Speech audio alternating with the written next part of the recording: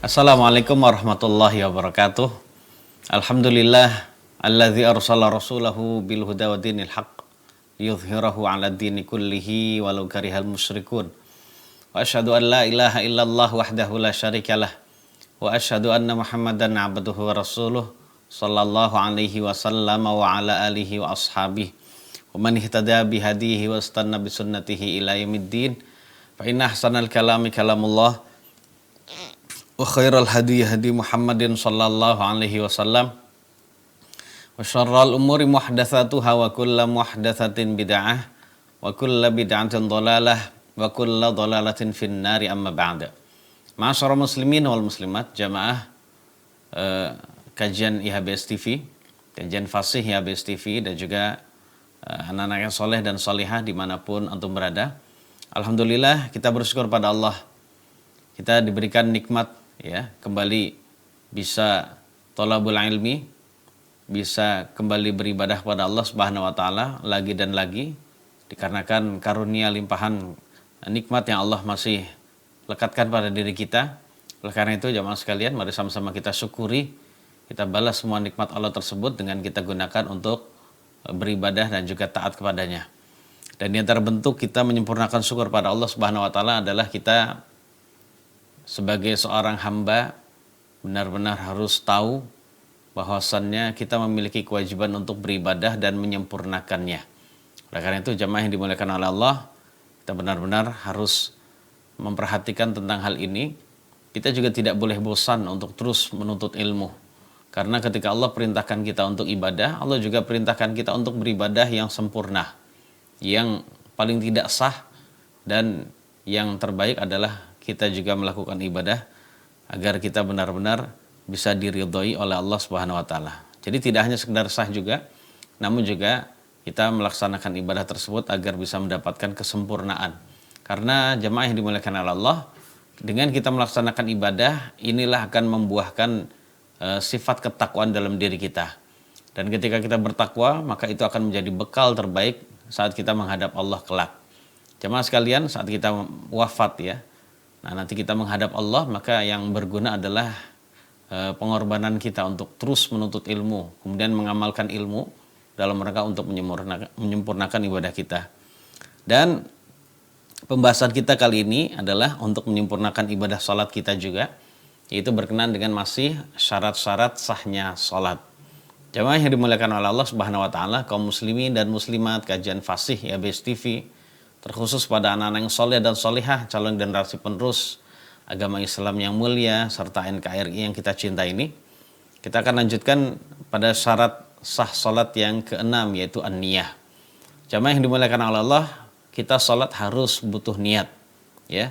Apabila kita salat tidak niat, maka salat kita tidak sah. Nah, adapun perincian dari fikih niat adalah sebagai berikut. Poin yang pertama kita akan bahas tentang masalah niat adalah tentang definisi niat itu sendiri. Apa sih sebenarnya definisi niat itu?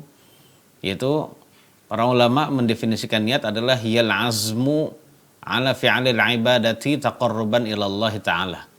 Yaitu tekad bulat untuk melakukan suatu ibadah dalam rangka mendekatkan diri kepada Allah Subhanahu wa taala.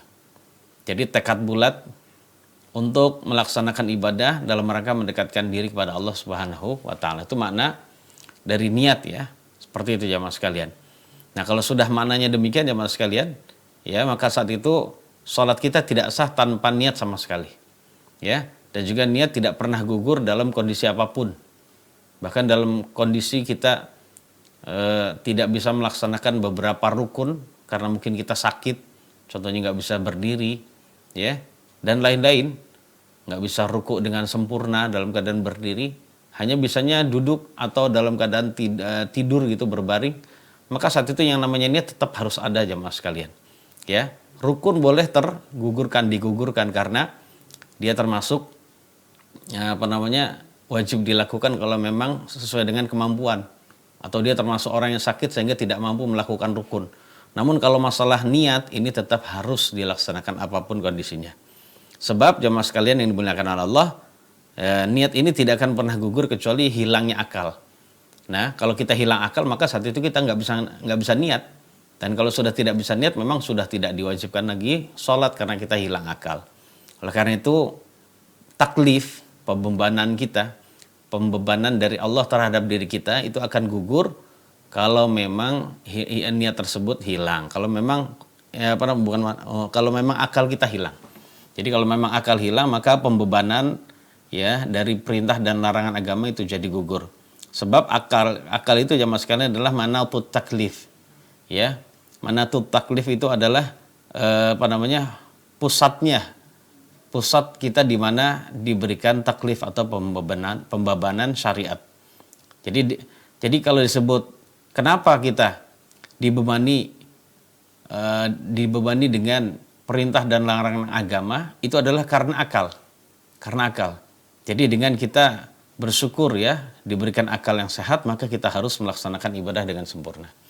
Dan para ulama sudah sepakat jamaah sekalian bahwasannya ya menganggap niat ini adalah sebagai syarat sah salat. Ya, suatu kewajiban dan itu adalah sebagai syarat sahnya salat. Adapun dalil tentang masalah wajibnya niat adalah firman Allah Subhanahu wa taala yaitu dalam surat Al-Bayyinah ayat 5, "Wa ma umiru illa liya'budullaha mukhlishina lahuddin." Dan mereka tidaklah diperintahkan melainkan agar mereka beribadah pada Allah dengan memurnikan agama baginya. Jadi ayat ini ya menunjukkan pada kita bahwasanya kita hidup di dunia diperintahkan untuk beribadah pada Allah yang ikhlas, mengikhlaskan agama baginya. Dan perlu diketahui bahwasannya ikhlas itu tidak akan terwujud kecuali dengan niat. Jadi intinya adalah kita hidup untuk beribadah dan harus niat sebelum ibadah agar kita bisa mewujudkan ikhlas. Dan juga dalil yang kedua adalah sabda Nabi yang mulia sallallahu alaihi wasallam yaitu innamal a'malu binniyati wa innama likulli imri'in ma nawa. Sesungguhnya amalan-amalan itu semua adalah dikarenakan adanya niat. Yang berarti kalau memang tidak ada niat maka tidak disebut sebagai amal secara syar'i. Artinya amal tersebut tidak sah. Wa innama likulli imri'in ma nawa. Dan sesungguhnya setiap orang akan dinilai akan juga mendapatkan pembalasan. Ya. Semua itu adalah tergantung niat. Jadi seseorang akan mendapatkan pembalasan atau akan dinilai itu adalah atau mendapatkan hasil tergantung niatnya dia. Nah, seperti itu jamaah sekalian dari dua dalil tersebut firman Allah dan juga sabda Nabi yang mulia sallallahu alaihi wasallam menunjukkan niat itu adalah wajib dalam setiap amal. Ya. Kita tidak ada niat sama sekali berarti saat itu kita tidak disebut sebagai amal walaupun lahiriahnya kita seperti orang yang beramal.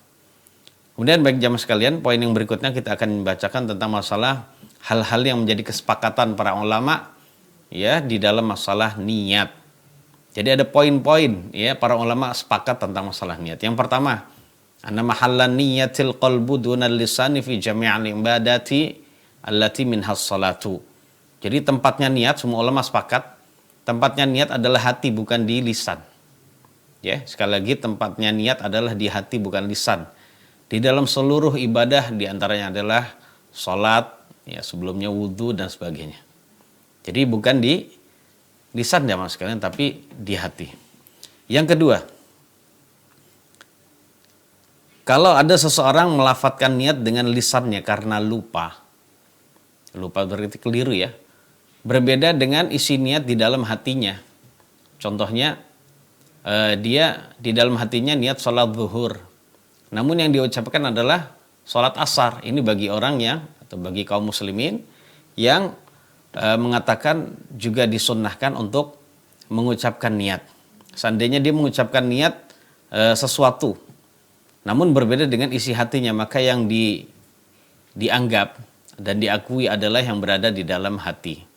Contohnya ketika ada orang meniatkan sholat zuhur dengan hatinya. Perhatikan ya mas sekalian. Meniatkan sholat zuhur dengan hatinya. Namun di lisannya mengucapkan sholat asar.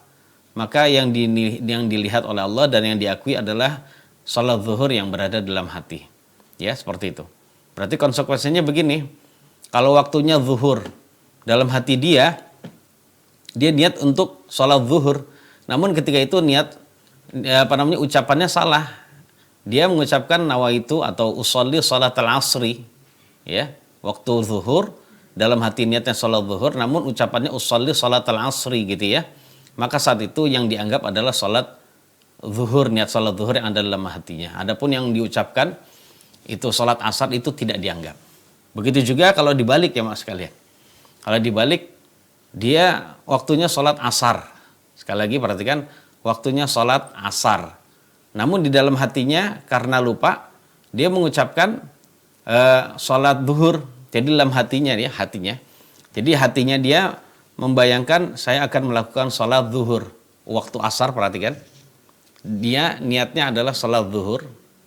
Ya, namun ternyata lisannya betul, usolli sholat al-asri. Lisannya betul namun hatinya salah. Berarti saat itu sholat asarnya tidak sah juga. Ya karena apa? Yang dianggap adalah hati.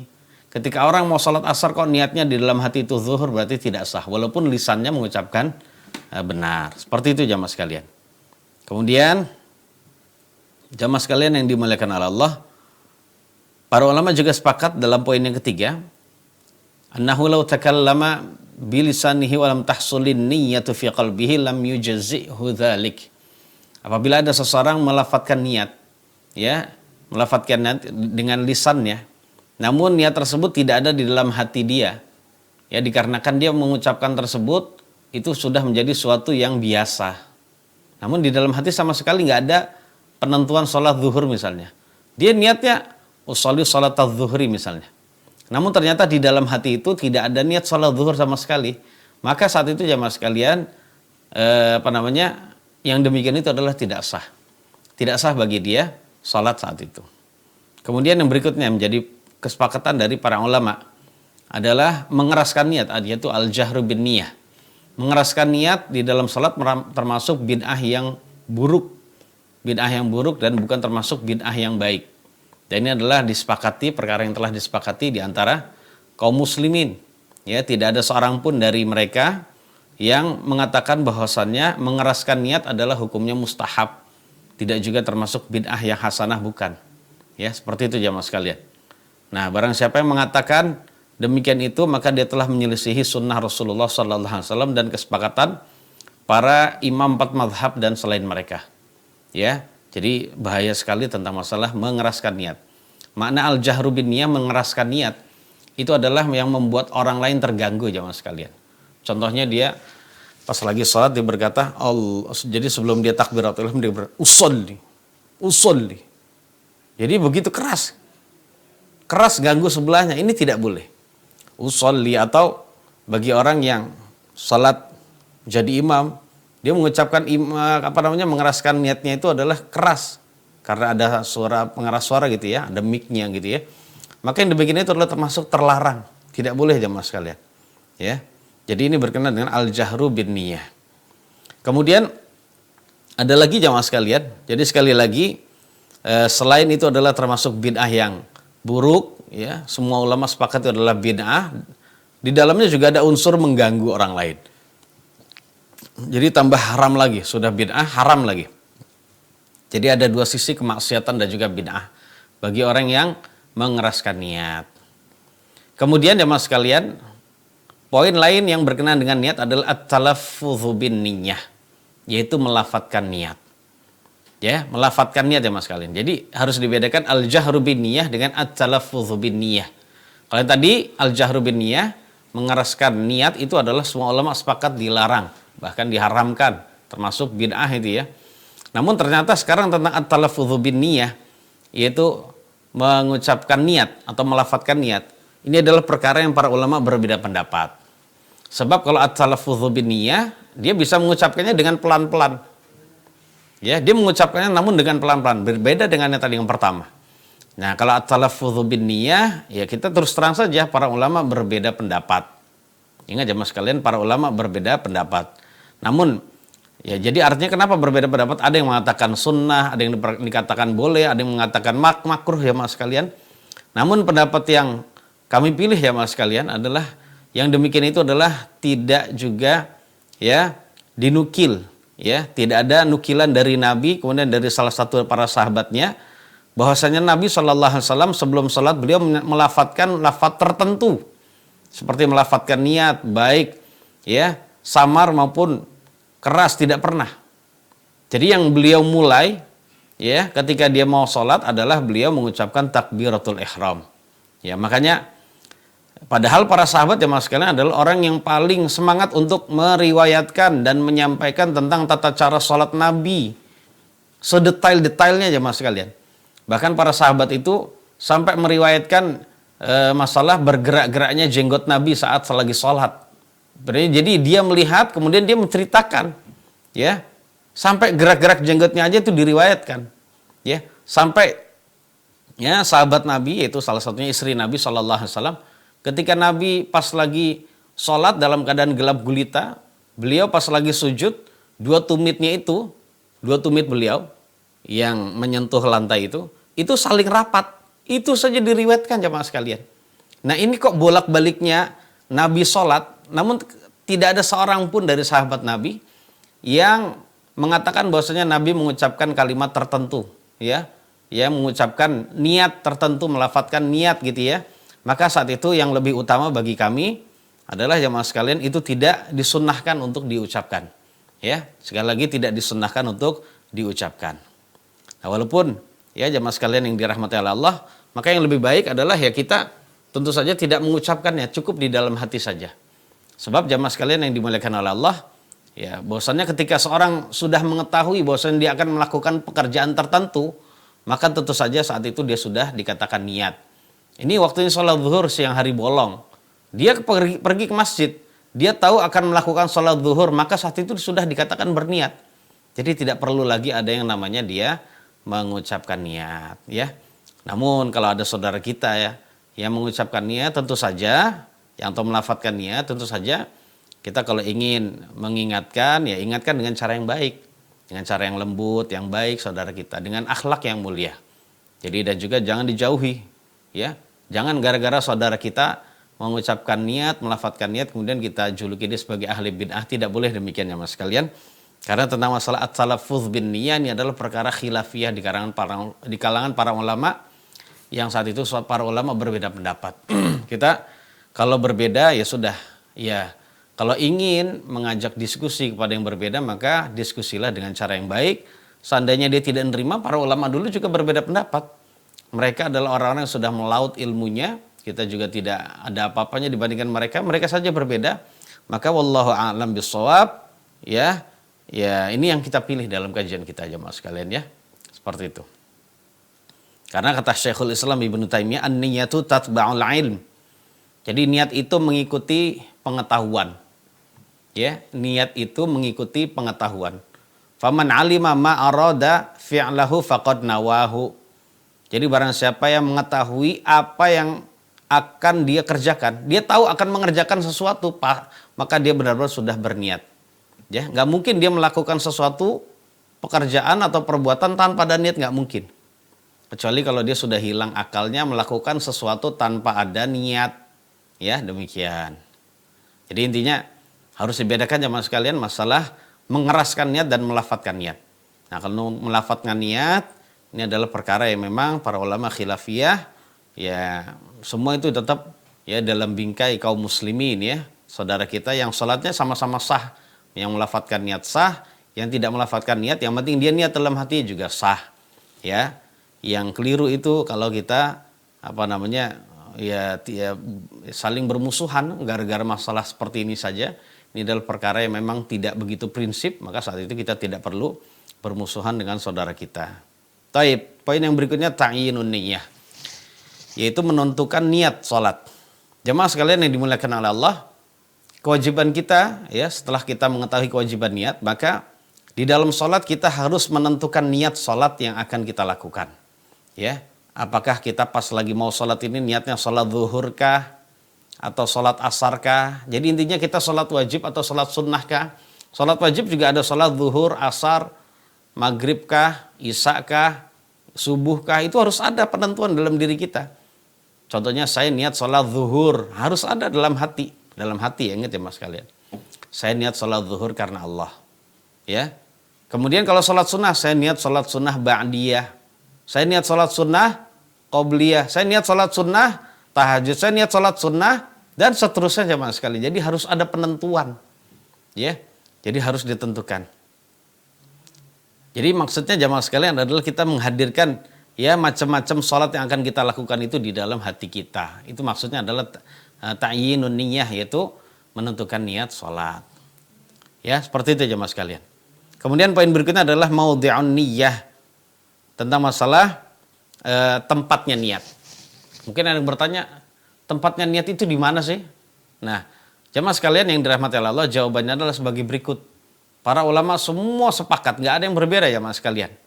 Bahwasanya niat apabila beriringan dengan takbiratul ihram, ya mas sekalian ya, perhatikan, beriringan dengan takbiratul ihram. Apa makna beriringan? Bersamaan. Jadi saat lisan mengucapkan Allahu Akbar, dalam hatinya saya niat sholat zuhur. Saat takbiratul ihram, hati kita ya sambil mengatakan saya niat sholat asar. Nah demikian. Maka itu hukumnya sah jamaah sekalian. Ya, maka hukumnya sah. Jadi ketika dia pokoknya Allahu Akbar, antara Allah sampai bar, saat itu dia berniat langsung berbarengan. Jadi hatinya lisannya mengucapkan Allahu Akbar, namun hatinya mengatakan bahwasannya aku niat sholat subuh misalnya. Maka saat itu hal tersebut sah jamaah sekalian. Bahkan itulah yang asalnya dan juga yang afdol. Jadi asalnya memang kalau niat itu bersamaan dengan atau berbarengan dengan takbiratul ihram. Demikian jamaah sekalian. Ini poin pertama yang menjadi kesepakatan para ulama. Poin yang kedua jamaah sekalian tentang tempatnya niat. Para ulama juga telah sepakat ya bahwasanya niat yang baru ada setelah takbiratul ihram maka tidak sah. Tidak sah niatnya dan sholatnya juga tidak sah. Berarti saat itu adalah harus mengulangi. Contohnya dia lupa, dia datang ke masjid tanpa niat misalnya, ya bisa saja. Memungkinkan itu jamaah sekalian. Nah dalam kondisi demikian, maka dia ketika dia takbiratul ihram lupa, belum niat, maka saat itu dia sholatnya tidak sah. Kemudian jemaah sekalian yang berikutnya adalah apabila seseorang berniat sholat. Contohnya saya niat sholat zuhur. Berangkat ke masjid niat sholat zuhur. Kemudian tersibukkan dengan sesuatu. Jemaah sekalian ya. Contohnya dia tersibukkan dengan apa? Dia niat sholat zuhur. Namun antara niat dengan sholat zuhur ternyata disibukkan dengan sholat sunnah. Ya. Maka jamaah yang dimuliakan oleh Allah Subhanahu wa taala, ketika dia selesai melakukan sholat sunnah qobliyah, yang tentu saja qobliyah juga harus diniati. Setelah dia selesai sholat sunnah qobliyah, dia harus niat sholat zuhur lagi. Karena sudah diselingi dengan hal yang lain yang tidak ada kaitannya dengan sholat zuhur. Maksudnya yang bukan termasuk sholat zuhur. Demikian. Itulah jamaah sekalian yang dirahmati Allah. Namun, kalau dia jamaah sekalian yang dimuliakan oleh Allah, apabila dia berniat untuk sholat zuhur misalnya, ya dia mungkin tersibukkan dengan sesuatu, ngajak ngobrol orang sebentar, ya, termasuk juga menunggu, ya karena menunggu saja dia tidak melakukan sholat sunnah, menunggu sampai datangnya iqamah dikarenakan waktunya nggak cukup kalau saya melakukan sholat sunnah qobliyah, dia menunggu beberapa saat, maka ketika dia takbiratul ihram maka sholatnya sah, ya, namun ya dikarenakan dia menyelingi antara niat dengan sholat zuhur, niat sholat zuhur dengan sholat zuhur itu dengan pekerjaan, dengan suatu pekerjaan yang memang masih dikatakan bersambung dengan niat tersebut. Taib yang berikutnya jamaah sekalian. Yang berikutnya adalah qalbun niyyati wa taghyiruha asna as-salati. Yaitu tentang masalah merubah dan membalik niat saat sholat. Kita tahu jamaah sekalian, bahwasannya semua ulama sepakat tadi bahwasannya niat setelah takbiratul ihram itu tidak sah. Saya ulang, niat setelah takbiratul ihram tidak sah. Ya. Kemudian di sini ada permasalahan merubah dan membalik niat di saat sholat. Berarti setelah takbiratul ihram. Contohnya jamaah sekalian, dia berpindah dari niat sholat zuhur. Awalnya sebelum takbiratul ihram dia niat sholat zuhur. Kemudian di dalam sholat dia merubah niat yang lain. Nah bagaimana itu hukumnya jamaah sekalian? Jadi berpindah niat dari satu niat ke ke niat yang lain di dalam sholat itu ada beberapa kondisi jamaah sekalian, ada beberapa bentuk. Yang pertama min fardin ila naflin mutlaqin. Ya, min fardin ila naflin mutlaqin. Ya, dari salat wajib kepada salat sunnah mutlak. Ya, dari salat wajib pada salat sunnah mutlak. Salat sunnah mutlak itu ya mas sekalian adalah salat sunnah yang tidak ada sebab tertentu, tidak ada batasannya, tidak ada jumlah rakaat tertentu, tidak ada. Ya, sebab seseorang dalam salat sunnah mutlak boleh meniatkan rakaat tertentu atau tidak meniatkan sama sekali, yang penting dia sholat. Yang penting bukan pada waktu larangan juga, pokoknya sholat. Dari sholat wajib dia pindah niat ke sholat sunnah mutlak, maka hukumnya nggak boleh. Contohnya dia awalnya sebelum takbiratul ihram niatnya sholat zuhur contohnya. Ya, niat sholat zuhur sendirian. Kemudian dia mendengar ada orang yang telat datang. Ya, dia niat sholat zuhur sendirian.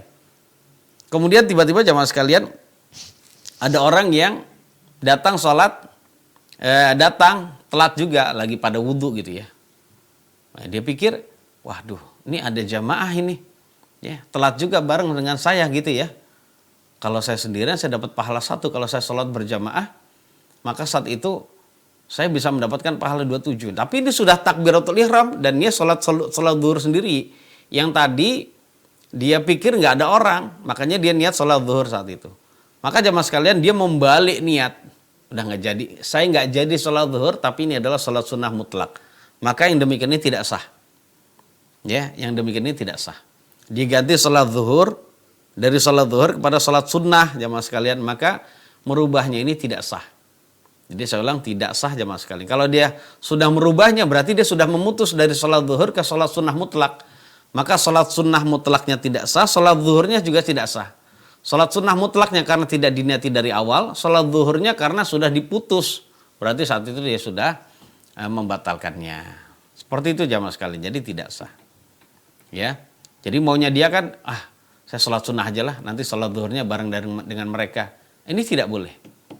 Nah, nanti kalau itu dilakukan maka sholat sunnahnya tidak sah, sholat zuhurnya pun tidak sah. Seperti itu. Taib yang berikutnya jamaah sekalian adalah min fardin ila fardin akhar.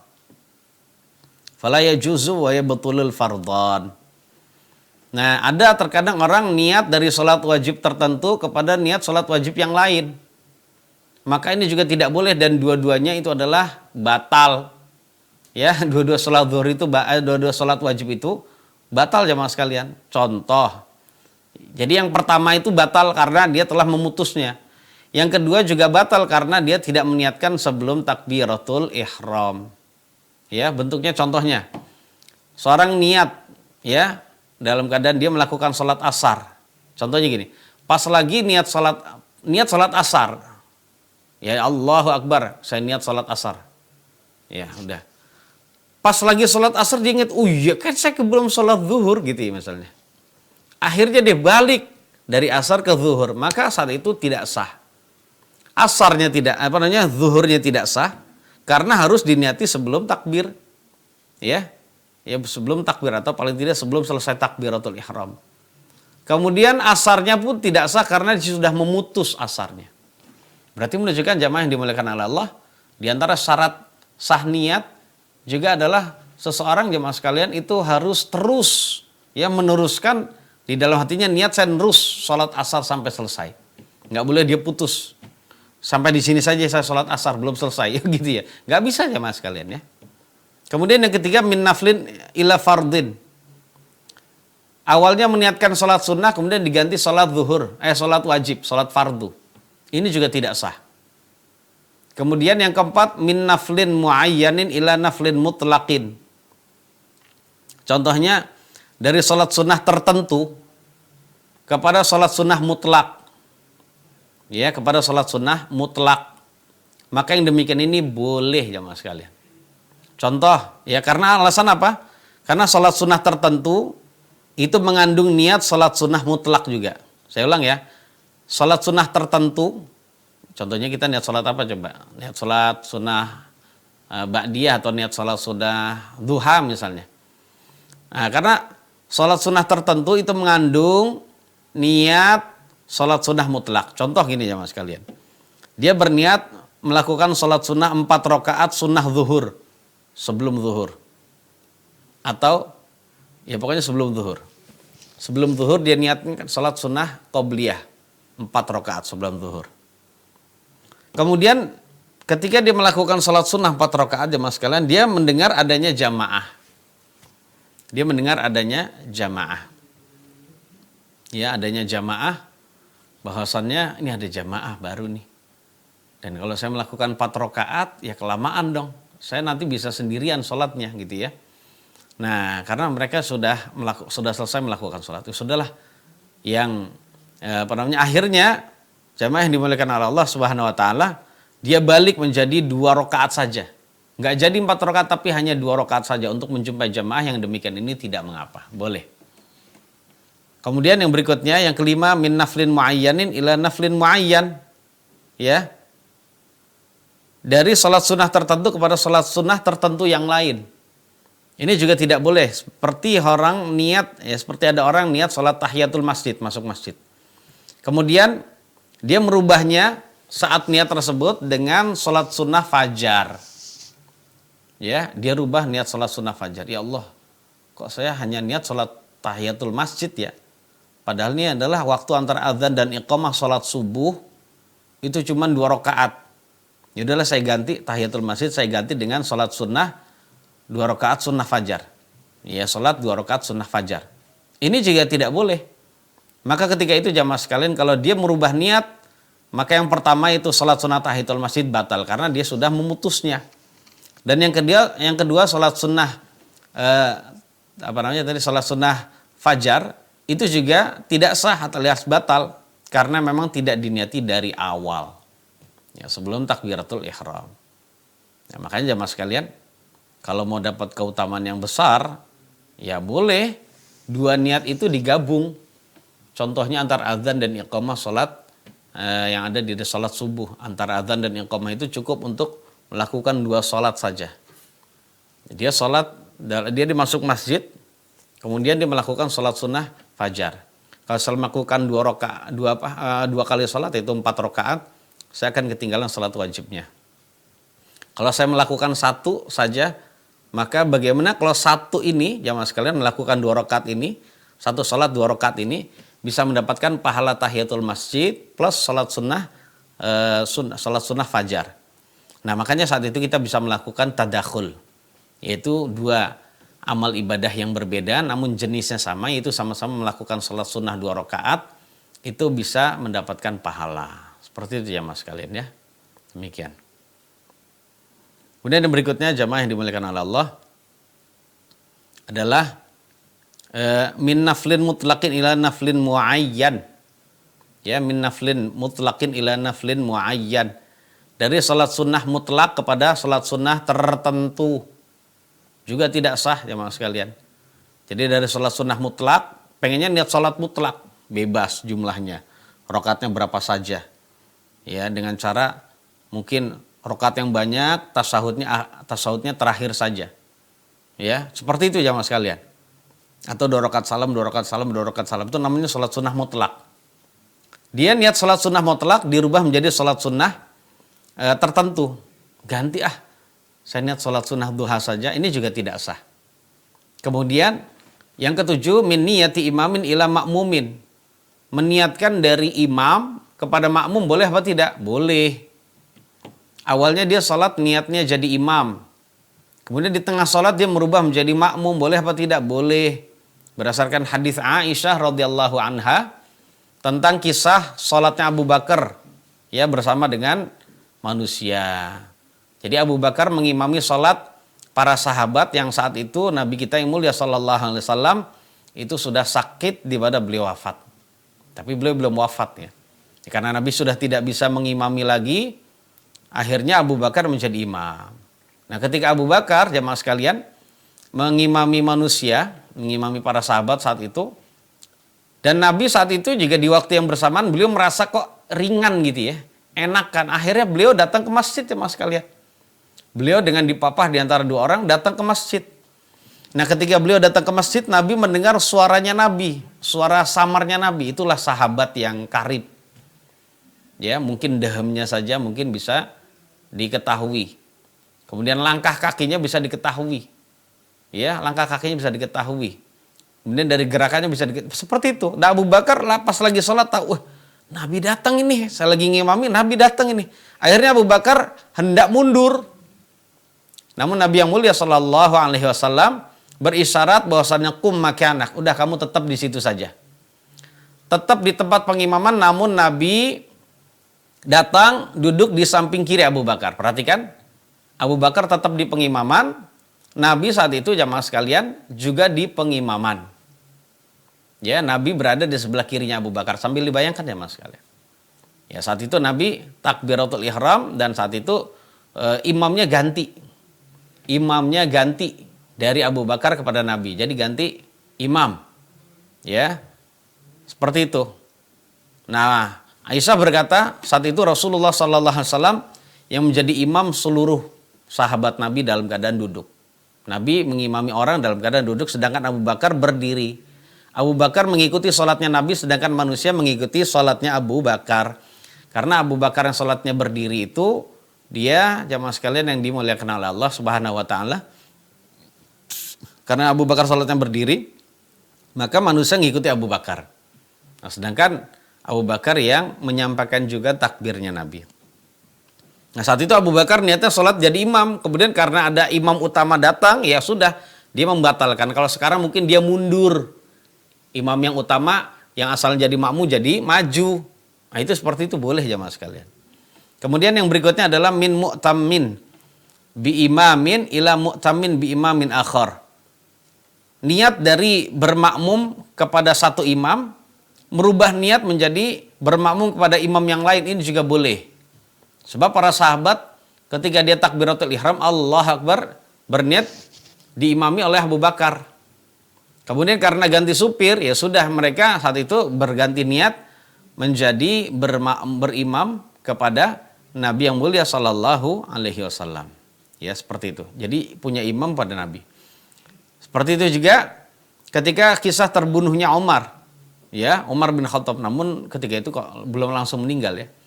Kisah terbunuhnya Umar bin Khattab saat Umar jadi imam, jamaah sekalian, Allahu Akbar. Manusia berniat, ya dalam hatinya saya sholat berjamaah diimami oleh Umar.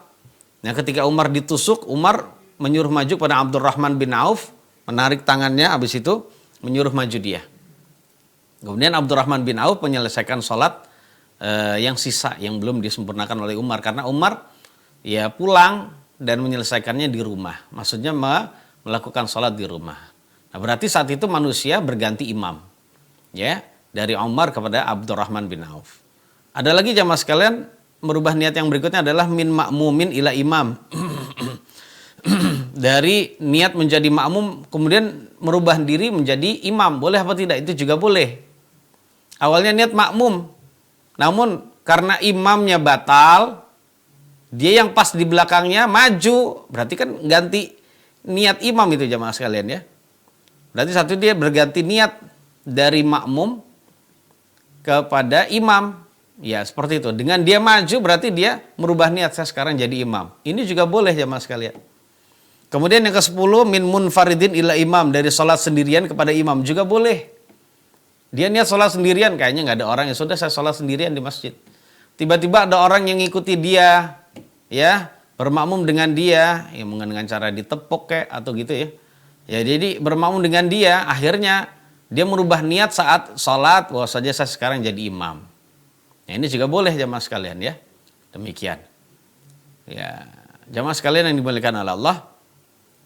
Ya, berarti saat itu konsekuensinya kalau dia merubah menjadi imam, ya kalau dia sholat munfarid kan takbirnya itu kan cukup sendiri saja. Allah Akbar. Allah Akbar. Namun ketika dia sholat merubah niat menjadi imam, berarti takbirnya dikeraskan agar terdengar oleh makmum di belakangnya.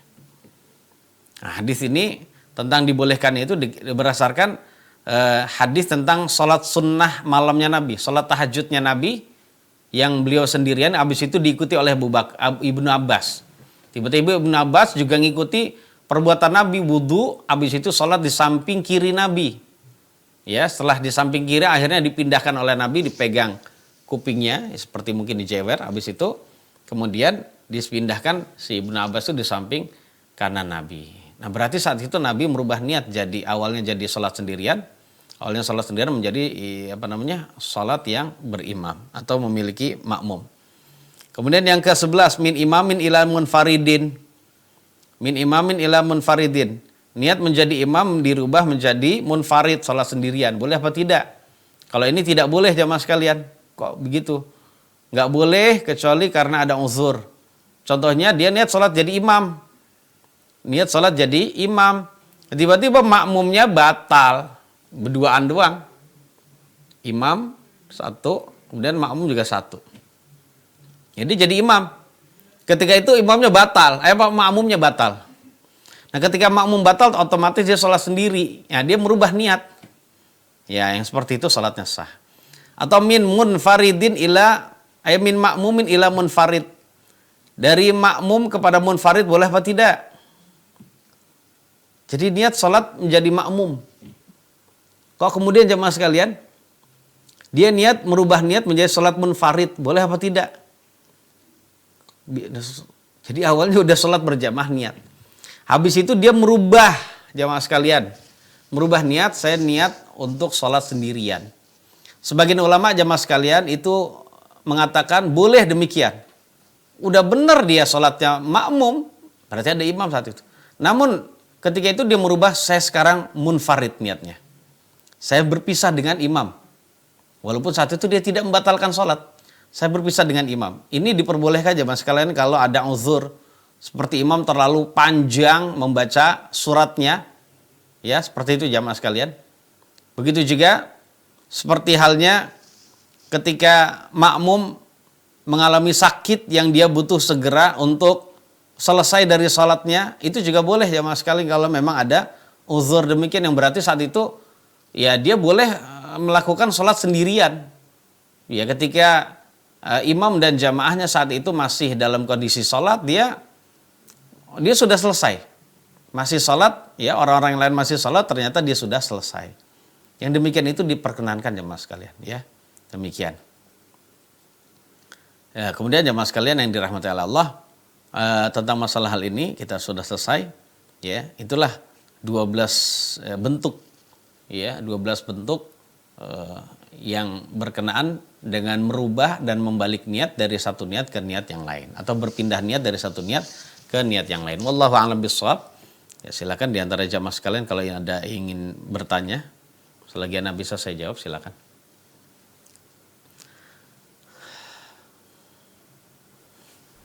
Baik Ustaz, syukron jazakumullahu khairan atas materi yang telah antum sampaikan Ustaz. Baik, sekarang kita masuk ke sesi tanya jawab Ustaz. Bismillah, izin bertanya Ustaz, bolehkah melafalkan niat menggunakan bahasa Indonesia karena sedang belajar sholat? Silakan Ustaz. Baik, penanya yang dirahmati oleh Allah Subhanahu wa taala. Bagi orang yang sedang belajar sholat, maka diperbolehkankah dia untuk melafadzkan niat dengan bahasa Indonesia? Lafadzkan niat, kata tadi kita katakan bahwasanya yang lebih utama adalah seseorang tidak melafadzkan dengan lisan.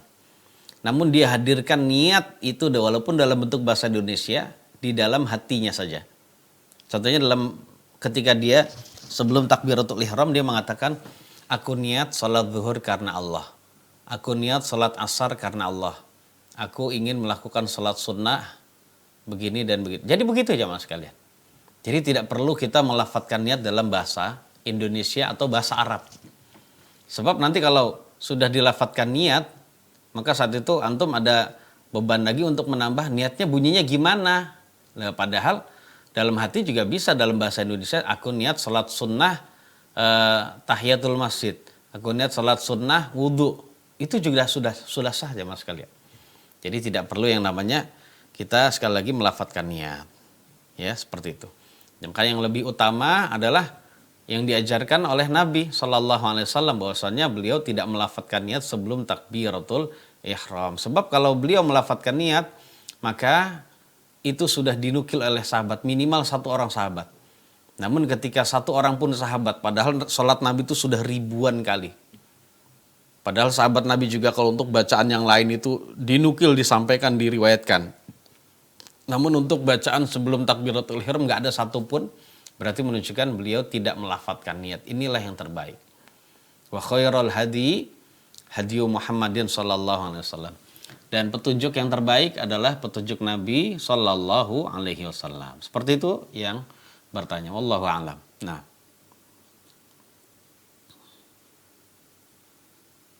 Syukron atas materi jawaban yang telah antum sampaikan, Ustaz.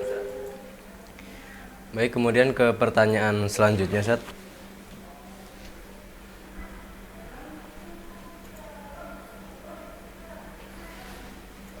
Bagaimana hukum niat yang dilafalkan sebelum sholat? Afwan, Ustaz, ada dua pertanyaan. Kemudian yang kedua adalah, apakah boleh beda niat sholat antara makmum dengan imam? Syukron, Ustaz.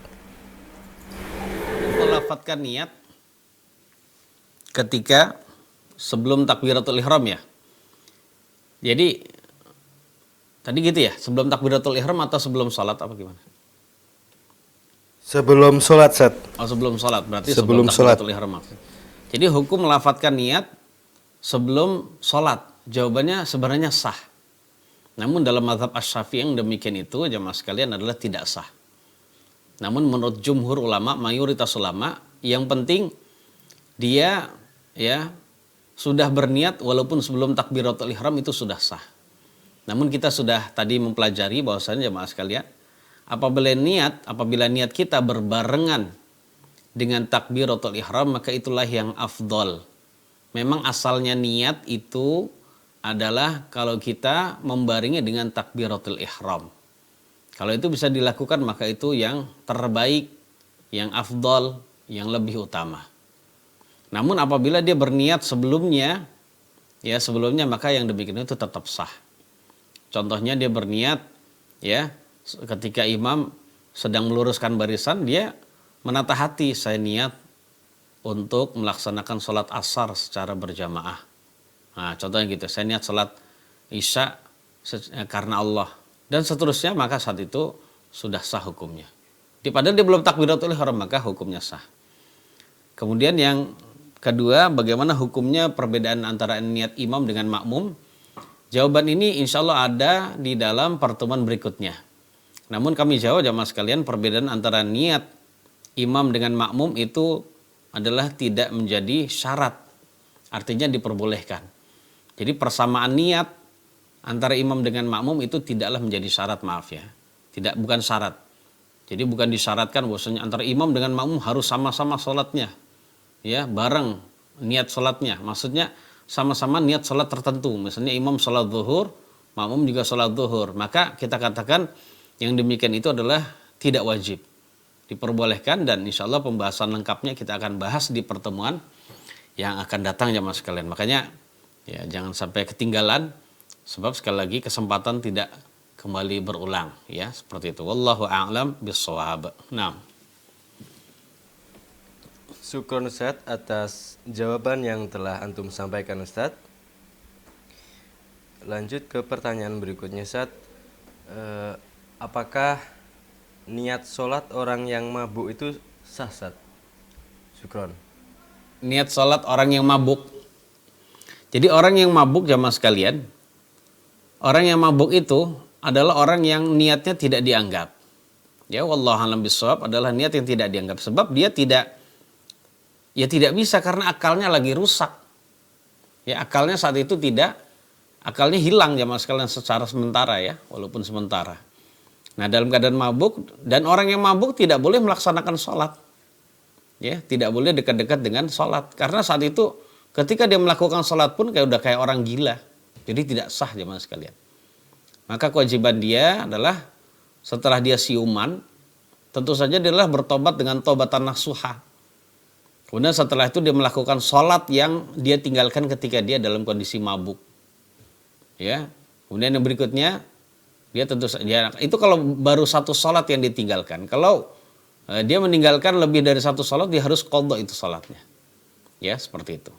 Jadi kalau kita katakan orang yang mabuk niatnya tidak dianggap. Ya.